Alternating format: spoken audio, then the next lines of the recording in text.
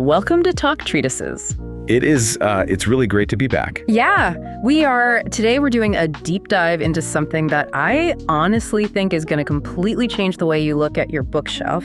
We're taking a step back from the modern news cycle and the latest tech trends. Oh, absolutely. A much needed break, I think. Right. We're going to ground ourselves way back in 1910 because we've got a really deep analysis lined up of a classic text called Landmarks in Russian Literature by Maurice. And it really is a classic. Yeah. And frankly, it's a necessary one, especially today. It is, because let's be real for a second. When most people hear the phrase Russian literature, you probably have a very specific and usually daunting reaction. You think of these massive 1,000-page doorstoppers. Yeah, the everyone dies in the snow stereotype. Exactly. You think of freezing snow, endless suffering, completely unpronounceable names, and just this general vibe of total gloom. Right. And Barry's book is so fascinating because he argues that if that's all you see when you look at these works, you are missing the point entirely. He posits that this literature isn't just a collection of stories. It is the expression of a distinct national soul. A soul that is, according to the text, fundamentally and almost chemically different from the Western European soul. And that difference is exactly what we are here to explore in this deep dive. Baring isn't just reviewing books here. He's essentially doing anthropology through art. He's arguing that the giants of the era, people like Gogol, Tolstoy, Turgenev, Dostoevsky, Chekhov, they aren't merely writing fiction. They're philosophers. Right, they're philosophers of the human condition. They're revealing a way of being human that is distinct from the English or French way of being human. And to really understand that, we have to start with the core concept of the book. Baring introduces this metaphor right at the beginning that honestly just blew my mind. He quotes a Professor Milyukov to explain the primary difference between the Russian character and the Western character. Oh, the cement of hypocrisy. Yes. He says the Russian character completely lacks this one specific thing, the cement of hypocrisy. It is such a striking image, isn't it? The cement of hypocrisy. It really stops you in your tracks because culturally, in the West, we are so trained to think of hypocrisy purely as a vice. Like if I call you a hypocrite, that's an insult. I'm saying you're fake. I'm saying you're a liar. But Baring is completely flipping that on its head. He is. He's asking us to look at hypocrisy structurally. Right. Think about a brick wall. You have the bricks, which are the raw materials, human nature, our base desires, our instincts, our fears. But to make those bricks actually stand up in a straight, polite, vertical wall, you need mortar, you need cement. And in Western society, and you have to remember, Baring is writing specifically for a British audience in 1910, but this applies to the West generally, that cement is convention. It's propriety. It's the quote-unquote done thing. Yeah, it's the social contract that basically says, I will pretend to be slightly better than I actually am, and you'll pretend to believe me so that we can both just get through dinner without screaming at each other. Precisely. It's the binding agent of civilization. It holds the social structure together. It allows for respectability. We repress our darker impulses. We mask our fears. We feign confidence when we are actually deeply insecure. That is the cement. And Baring is saying the Russian soul just doesn't have it. That's the core argument. He describes the Russian character as plastic. It's malleable, it flows, but it entirely lacks that rigid binding agent. And because of this, the individual has a double dose of human nature, but absolutely no desire to hide it. So if a Westerner is a coward, he hides it. He bluffs. But if a Russian is a coward, he admits it. And not only does he admit it, he doesn't expect you to judge him for it. Baring points out that there's a total lack of shame in confessing moral failings in this worldview. Right, like dishonesty, drunkenness, cowardice. Exactly. These are confessed with an openness that frankly shocks the Western mind. Because in the West, if you admit you're a coward, you lose status immediately. You are ostracized. But in the context Baring describes, the listener's reaction isn't judgment. It's recognition. The lack of hypocrisy means there's this innate belief that the other person will understand, because the other person is also human and also flawed, which leads directly to the second major pillar of Baring's introduction. The dominance of pity over justice. Yes. This was the part that really clicked for me when I was reading through the source material. In the West, we are absolutely obsessed with justice. We love a procedural drama. We love seeing the bad guy get caught. We love the gavel coming down. Rules are rules. Rules are rules. We categorize everyone. There are good citizens and there are criminals. The criminal has broken the contract, therefore he is a villain. But Baring notes, and he points out, this is a linguistic fact, that the Russian people historically did not call a criminal a villain. They called him an unfortunate. An unfortunate. That completely changes the entire framing of the justice system and morality. It does. It strips away the moral condemnation. If a man murders someone, he isn't an alien monster. He's an unfortunate. He's someone who has been crushed by circumstances or by his own passions or just by fate. He is to be pitied, not simply condemned. It feels like this refusal to judge, this complete lack of the cement of hypocrisy, is really the thesis statement for everything we're going to talk about today. It absolutely is. Bering's argument is that this realism we see in the literature isn't a technique. It wasn't a style they just invented in a writer's workshop somewhere. It's the inevitable result of this national temperament. Right. If you refuse to wear blinkers, if you refuse to pretend the world is polite when it isn't, and if you have this paradoxical, boundless charity for the unfortunate, you end up with a literature that is brutally honest, yet incredibly humane. So let's trace how this actually evolved through the authors themselves. Bering starts with the man he essentially calls the father of Russian realism, Nikolai Gogol. Gogol is the pivot point, because before Gogol, Russian literature was largely just imitating Europe. You had Pushkin, who is obviously a massive genius, basically the Shakespeare of Russia. But Pushkin was writing very much in a romantic mode. He was the Russian Byron. Lots of dashing heroes, lyrical poetry, duels at dawn, that sort of thing. Exactly. And Gogol actually started there too. Bering talks about Gogol's early work, specifically Taras Bulba. Oh yeah, the prose epic about the Cossacks. Right. It's incredibly violent, heroic, sweeping. It's all about men riding horses across the steppe and dying for glory. It is pure, unadulterated romanticism. But then Gogol completely changes gears. He stops looking at the heroic past and starts looking at the completely mundane present. He discovers what Bering calls matter-of-factness. And this is crucial to defining how Russian realism works. It is very distinct from French naturalism. Like Émile Zola. Exactly, like Zola in France. Zola was trying to be a scientist. He would describe the smell of a sewer for 3 pages because he wanted to document the reality of poverty in a clinical, almost detached way. It was almost political or academic. Right. But Gogol wasn't trying to be a scientist.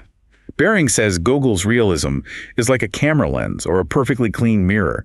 He just looks at nature and describes exactly what he sees.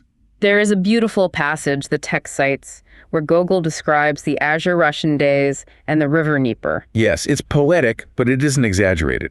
It's not trying to be magical or fantastical. It's simply trying to be true. And when he turns that camera lens on society, we get his absolute masterpiece, Dead Souls. Published in 1842. This is the book that really changed everything. And the premise of this book is so bizarre that I think we need to explain it carefully.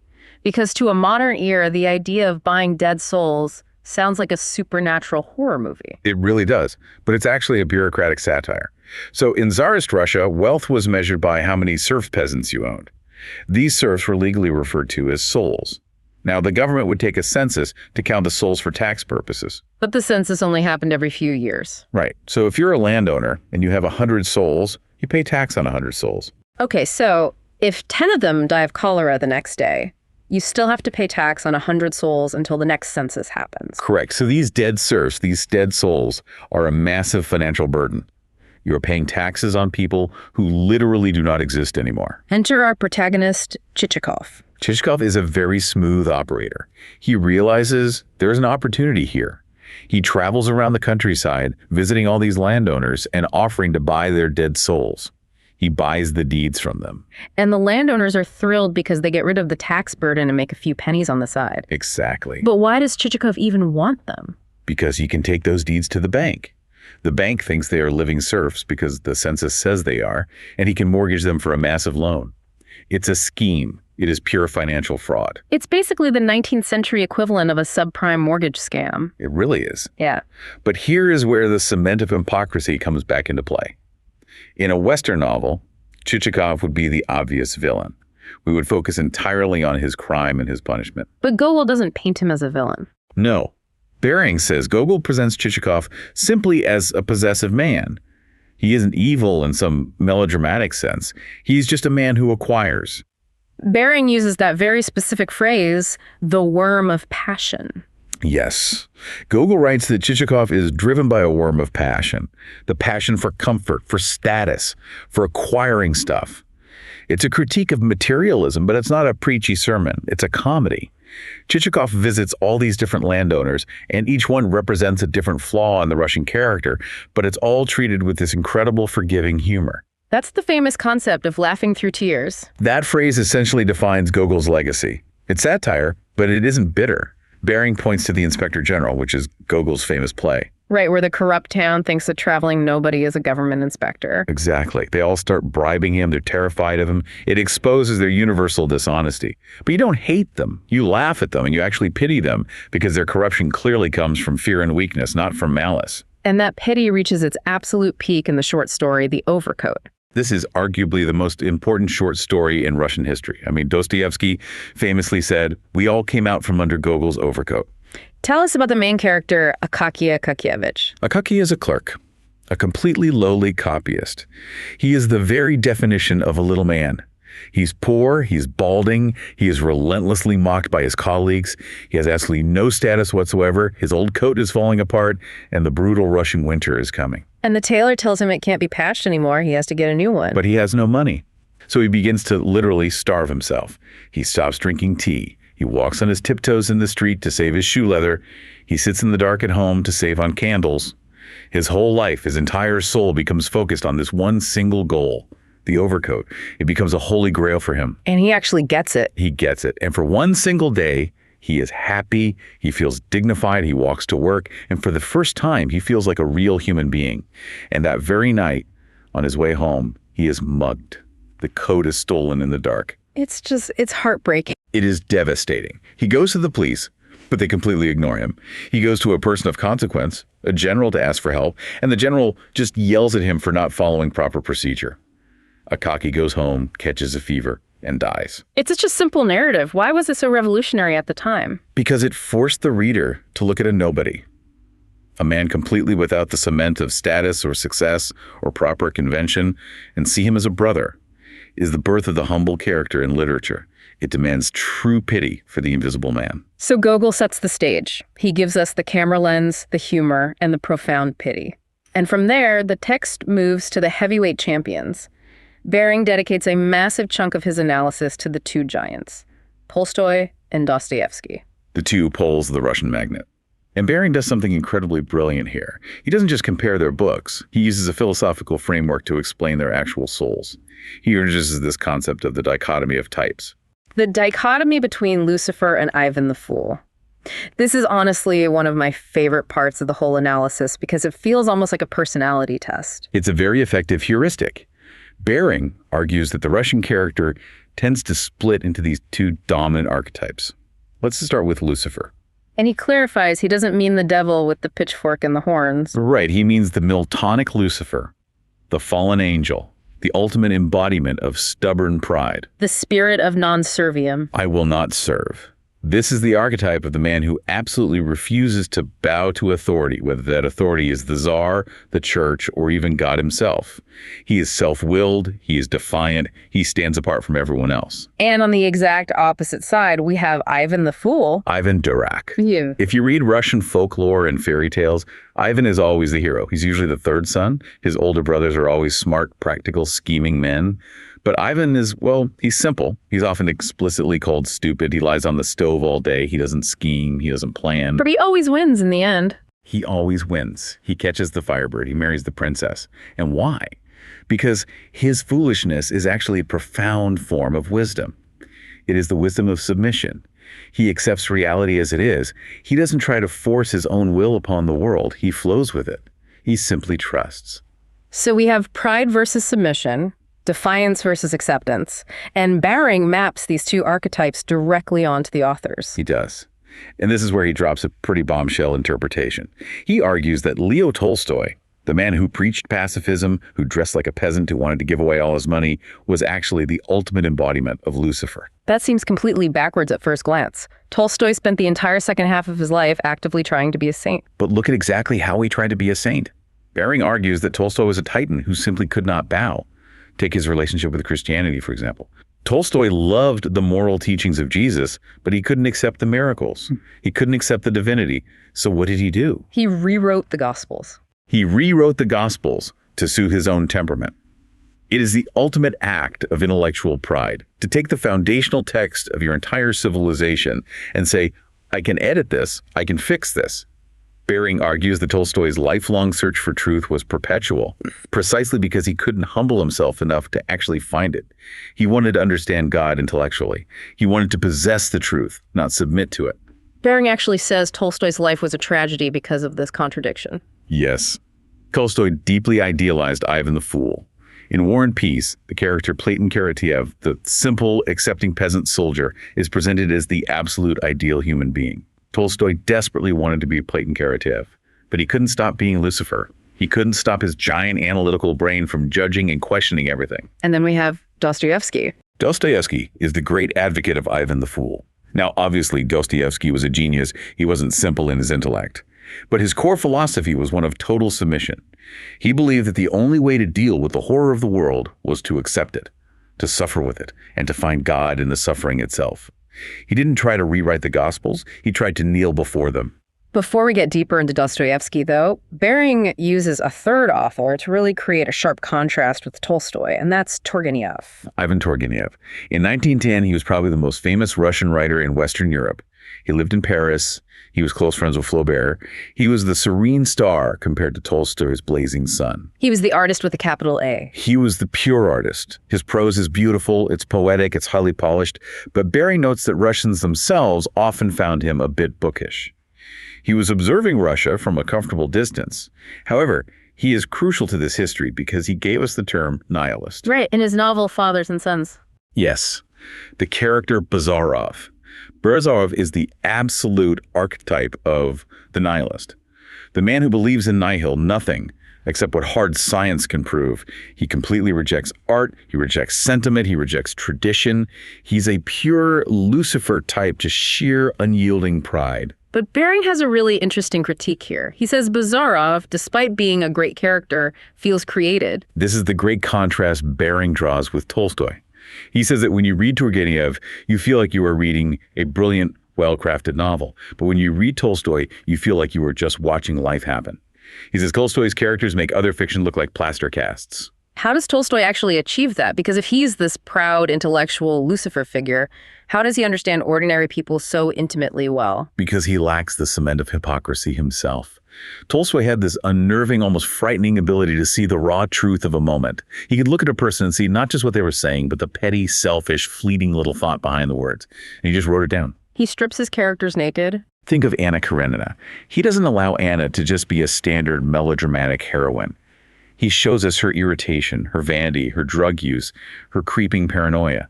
He shows us the messy, contradictory reality of human consciousness. Bering argues that Tolstoy's realism comes from this ruthless honesty. He couldn't lie about human nature even when he wanted to. There's a really touching story Bering tells about Tolstoy's childhood that I think explains his lifelong quest perfectly. The story of the green stick. Oh, this is so essential. When Tolstoy was a young boy, his older brother told him that there was a green stick buried somewhere in the woods at their family estate, Yasnaya Polyana, and carved onto that stick was the ultimate secret to universal happiness. The secret that would miraculously make all men brothers. Tolstoy spent his entire life, both literally and metaphorically, looking for that green stick. He desperately wanted to save the world. But Bering argues that as he got older, that search slowly turned into a profound fear of the dark. Tolstoy's confession describes a man who is terrified of the void. If death is the end, then life is meaningless. So he tried to build a philosophical system, his own personal religion, to keep the dark at bay. It's the classic Luciferian attempt to build a tower to heaven using your own intellect. Exactly. Whereas Dostoevsky fell straight into the pit and found heaven at the very bottom. Let's go there. Let's talk about Fyodor Dostoevsky. Because if Tolstoy is the sun, Dostoevsky is just raw fire. Bering's analysis of Dostoevsky is so profound. He argues you simply cannot understand the books without understanding the man's life, and specifically, one specific event that broke him and completely remade him: the mock execution. This is a historical fact, but it honestly sounds like something out of a thriller. It does. It's 1849. Dostoevsky is 28 years old. He gets arrested for being part of the Petrushevsky Circle, which was just a group of intellectuals discussing socialism and reading banned books. But they're condemned to death by the state. So they are taken out to be shot. They are taken to Semyonov Square. It is freezing cold. They're dressed in white burial shrouds. They're tied to wooden stakes in groups of 3. The firing squad actually loads their rifles and takes aim. Okay. Dostoevsky is in the second group. He is watching the first group about to die. He calculates he has, at most, 5 minutes left to live. I cannot even imagine the psychological pressure of that moment. Bering recounts Dostoevsky's own detailed description of it. He divided his final 5 minutes up. 2 minutes to say goodbye to his comrades, 2 minutes to think about himself and his life, and 1 final minute to just look at the world for the last time. He stared at the sun reflecting off a church dome. He felt an intense, overwhelming desire to just live. He felt that if he could just somehow survive, he would turn every single minute into an age of purpose. And then the reprieve happens. A messenger rides up, waving a white flag. The Tsar had planned the entire thing as a cruel psychological lesson. The sentence was commuted to hard labor in Siberia at the very last second. But the damage, or rather the transformation, was already done. Bering argues this shift in Dostoevsky's angle of vision forever. He saw all of life from the perspective of the edge of death. And he also suffered from severe epilepsy. Bering calls it the sacred sickness. Yes. Dostoevsky described the aura right before a seizure as a moment of absolute perfect harmony. A feeling of being in total ecstatic unity with the cosmos, and then the sudden crash into darkness and agonizing pain. So, biologically and experientially, Dostoevsky had access to these extremes of the human condition that normal people just don't have. So he goes to Siberia, to the dead house. He spends 4 brutal years in a prison camp, living side by side with murderers, thieves, and brigands. Now, a lesser man, especially an educated aristocrat, would have been completely disgusted. He would have hated them. But Dostoevsky somehow finds the gold under the filth. This is the miracle of his perspective. In his memoir, Letters from a Dead House, he describes how he realized that these quote-unquote unfortunates were still deeply human. They had souls. They even had a strict, almost schoolboy-like etiquette among themselves to maintain their dignity. He realized that suffering was the great common bond of all humanity. And this becomes the core of his entire philosophy, salvation through suffering. It is the ultimate anti-Western idea. In the West, our goal is to eliminate suffering. But Dostoevsky argues that suffering is the only thing that breaks down our pride. It breaks down our cement of hypocrisy and allows us to truly connect with and love one another. Let's apply this to his most famous work, Crime and Punishment. Raskolnikov, the ultimate test case for this philosophy. Raskolnikov is a starving student who decides to murder an awful old pawnbroker. But Bering is careful to point out this isn't just a simple robbery, it's a philosophical experiment. It's the Napoleon theory. Right. Raskolnikov believes that humanity is divided into 2 distinct groups. The herd, who must blindly follow the moral law, and the extraordinary men, like Napoleon. The extraordinary man has the right to step over the law, to steal, to wage war, to kill if it serves his greater purpose. So Raskolnikov kills her specifically to prove to himself that he is a Napoleon. He kills her to see if he can, to see if he has the iron will of a Lucifer. And he completely fails. But he doesn't fail because the police catch him out. No, the police are almost secondary. He fails because his own soul revolts against the action. He gets a fever, he becomes totally delirious. He cannot handle the spiritual weight of the blood. Bering argues this is Dostoevsky, showing us that the Russian nature, which is plastic, malleable, and humane, simply cannot sustain the cold, calculating pride of a Napoleon. Raskolnikov just isn't extraordinary enough to silence his own conscience. And the resolution of the book is pure Ivan the Fool. He goes to Sonia. Sonia is a prostitute. She has sold her own body just to feed her starving family. She is the absolute lowest of the low in society's eyes. But she is a radiant saint in Dostoevsky's eyes because she suffers for others. Raskolnikov kneels before her and says that famous line, "I do not bow to you, I bow to all the suffering of mankind." That is the moment. That is the ultimate Dostoevsky thesis right there. It is. He finds his redemption not in escaping the law, but in confessing, accepting his punishment in Siberia, and finally submitting to the moral law. Now, Bering also dives deep into the possessed, or demons, depending on the translation. And this is where the discussion gets frighteningly political and, frankly, prophetic. The possessed is Dostoevsky looking directly at the radical revolutionaries of his time, the people who wanted to violently overthrow the Tsar and build a perfect material utopia. And he predicts almost exactly what will happen. There are 2 main concepts Bering highlights here that I really want to unpack. The first is Shigolevism. Chekhov is this rigid theorist in the novel. He genuinely loves humanity. He wants everyone to be perfectly happy, and he logically decides that the only possible way for everyone to be happy is for everyone to be completely equal. But people aren't naturally equal. Some are smarter, some are stronger, some are more charismatic. Exactly. So Shigalov concludes that to achieve true equality, you must lower the overall standard. You must cut down the tall poppies. Cicero's tongue must be cut out. Copernicus must be blinded. Shakespeare must be stoned. You must forcibly suppress genius, suppress talent, suppress higher education, because if someone is superior, the others inevitably feel envy. And envy creates conflict. So to have perfect peace, you must have a brutal leveling of the entire human race. It's a genuinely chilling prediction of totalitarianism, enforced mediocrity purely for the sake of stability. It is the absolute logical conclusion of a purely materialist utopia. If there is no God, and the only goal is earthly comfort and lack of pain, then genius is a profound danger. The second concept is from the character Kirillov, the man-god. Kirillov is the metaphysical counterpart to Shigalov. He asks a very deep question. Why do men follow God? Why do they submit to laws? Because they deeply fear death. The fear of death is the root of all human submission. So his logic is, if you can conquer that fear, if you can kill yourself, not out of depression, not out of despair, but simply to prove that you're not afraid, then you become God. You become the man-god. You have asserted your absolute freedom over the biological imperative to survive. It's the ultimate Luciferian act. It is. And Dostoevsky shows us that this path leads to absolutely nothing but destruction. Kirillov commits suicide, and it solves nothing. It's just a tragic dead end. We also have to mention the brothers Karamazov, because Bering touches on that epic battle between Ivan's materialism and Alosha's faith. Right. Ivan has what he calls a Euclidean mind.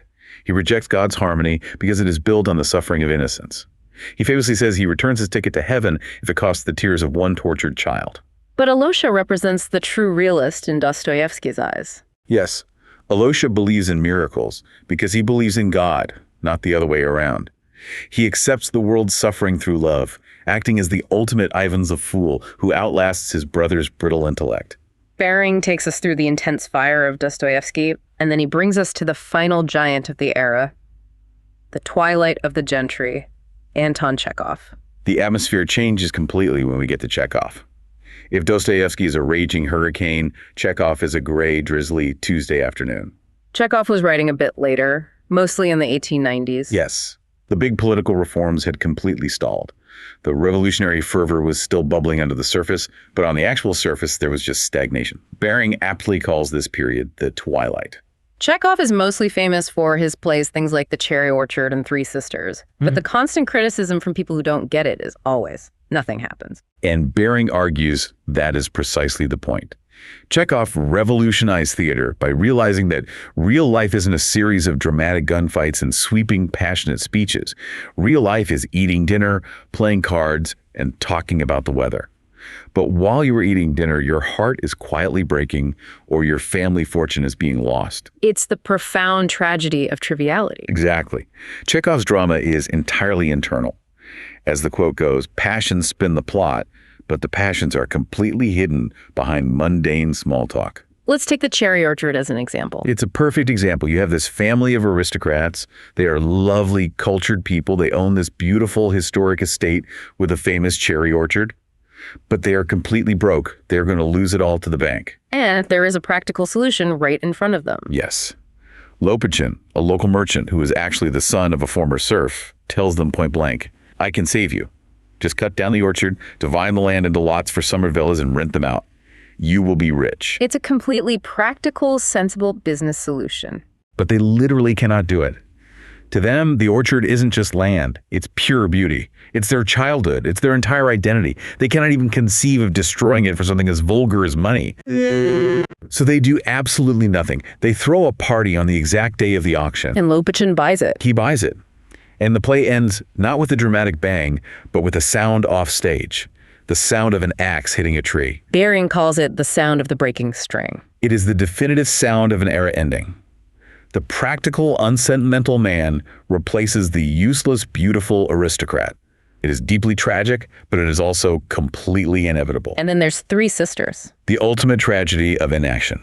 The three sisters live in this boring provincial town, They are highly cultured, but they are incredibly bored. Their constant refrain throughout the entire play is, to Moscow. To Moscow. They dream of going back to the capital where life is real and vibrant. But do they ever go? They never go. That is the tragedy. There is no evil villain stopping them. There's no external force. They just don't go. It is the absolute paralysis of the human will, the gray wings of aspiration beating in a vacuum. Yet, despite all this gloom, Bering insists Chekhov is actually an optimist. It's a strange, very stoic kind of optimism. Chekhov's characters often have these monologues where they say things like, life is difficult, we are unhappy, but we must work. We must work for those who will come after us. He deeply believes that through hard work and science, humanity will slowly, painfully improve. It's not a promise of a magical heaven, but it's a quiet trust in a better tomorrow.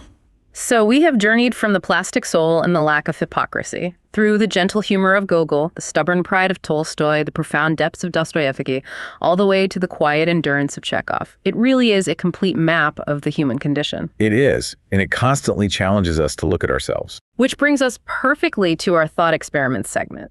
This is the part of the show where we take the philosophical concepts we've just discussed and push them to their absolute logical limits. And it's disclaimer time. The following scenarios are purely philosophical abstractions inspired by the texts discussed. They are for entertainment and educational purposes only. We're not suggesting anyone build these things. Right. So thought experiment number 1, the Chekhov algorithm. We talked about Chekhov from the theorist who wanted to enforce absolute equality by lowering the level of human genius. Right. The great leveling. Okay, imagine we are in the near future. A highly advanced, benevolent AI is given complete control of global education and media. Its core program directive is maximize social harmony and minimize envy. Okay, so the AI reads Dostoevsky. It realizes that envy fundamentally comes from the inequality of natural talent. Right. It obviously can't make everyone a genius. Biology is too tricky. But it can stop people from being too smart. So the Chekhov algorithm begins to quietly run in the background of society. How does that actually look day to day? It subtly tweaks social media algorithms to promote only simple, repetitive, easily digestible content. It adjusts public school curriculums globally to remove difficult subjects like advanced calculus or classic literature, replacing them entirely with basic life skills that literally everyone can pass. It actively suppresses or defunds scientific breakthroughs that might be too socially disruptive. Wow. It puts a hard artificial ceiling on human potential. And let's say it works perfectly. Within 2 generations, you have a society that is incredibly stable. No one feels stupid because no one is allowed to be smart. No one feels poor because no one is allowed to be rich. Everyone is just content. It's the anthill that Dostoevsky warned about. So the question is this a dystopia? Or is it actually paradise? If you permanently remove the suffering that is caused by envy and inequality, have you saved humanity or have you just lobotomized it? Well, from the Bering perspective, from the Russian soul's perspective, you have definitely killed the human soul. You have permanently removed the Lucifer spark, the drive to be better, to be extraordinary, to question. Yes, that spark causes terrible wars and deep pain, but without it, we are just biological machines. I think Dostoevsky would look at that AI and say, give me the chaos and the genius, not the perfectly stable anthill. Yeah, that's a powerful way to look at it. Okay, thought experiment number 2, the Kirillov paradox. This is based on that man-God idea. Kirillov argued that we only cling to life because we physically fear the pain of death. The biological terror of dying. So imagine a future where medical science invents the euthanasia switch. It is a tiny, undetectable neural implant available to absolutely everyone at age 18. At any moment, if you think a very specific sequence of thoughts, the switch activates. You are gone, instantly, painlessly, blissfully. So you completely remove the physical fear of the process of dying. Exactly. The barrier is entirely gone. Now, Kirillov would argue that in this world, if you don't press the switch, you are finally truly free. You are consciously choosing life every single second, not because you are trapped by biological fear, but because you genuinely love existence. You become the absolute master of your own life because the exit door is permanently unlocked and wide open. But here is the massive risk. Humans are deeply emotional creatures.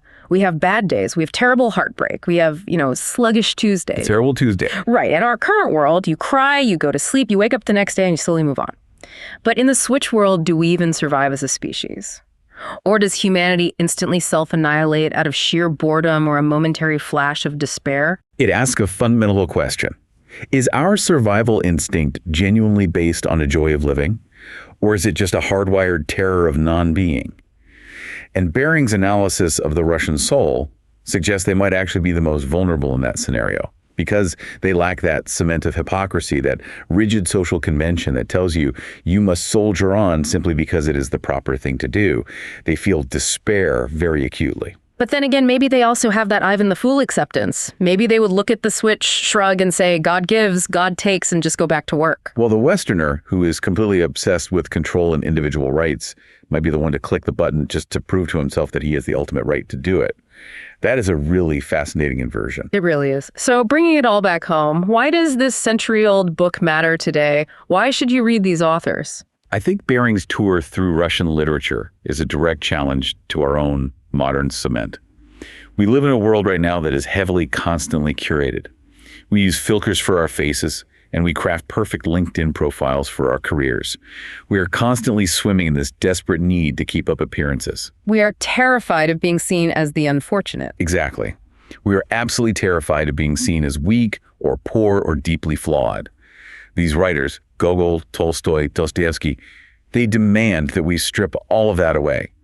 They ask us to look at the criminal and genuinely see the human, to look at the fool and see the profound wisdom, to look at our own Lucifer pride and actually laugh at it. It's about being brave enough to be plastic, to be malleable, to admit openly when we are cowards, and to forgive freely when we are wronged. And to recognize that while the cement of hypocrisy might keep the social wall standing straight, it also permanently keeps us apart from one another. If we dissolve the cement, yes, the wall might crumble a bit, but we might finally be able to touch each other. That is a beautiful thought.